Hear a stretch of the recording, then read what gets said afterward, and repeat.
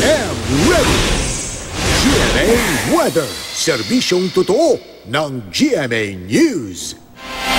Mga puso, easterlies o yung hangin galing sa silangan ng pangunahing weather system na umiiral ngayon sa bansa.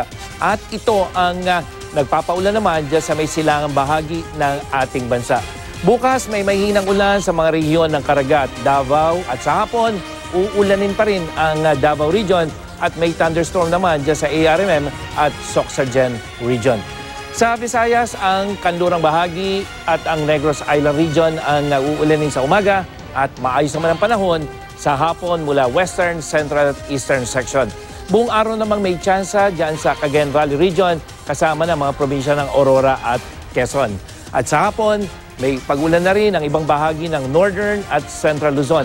At dito sa Metro Manila naman, mababa ang tsansa ng ulan bukas yan hanggang sa araw ng Huwebes. Pero sa Biyernes, posible na ang thunderstorm.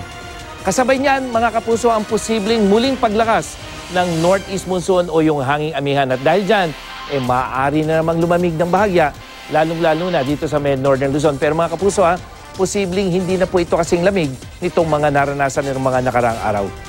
At yan ang latest mula sa GMA Weather. Ako po si Nathaniel Cruz. Pagplano para sigurado. I am ready. Serbisyong totoo ng GMA News.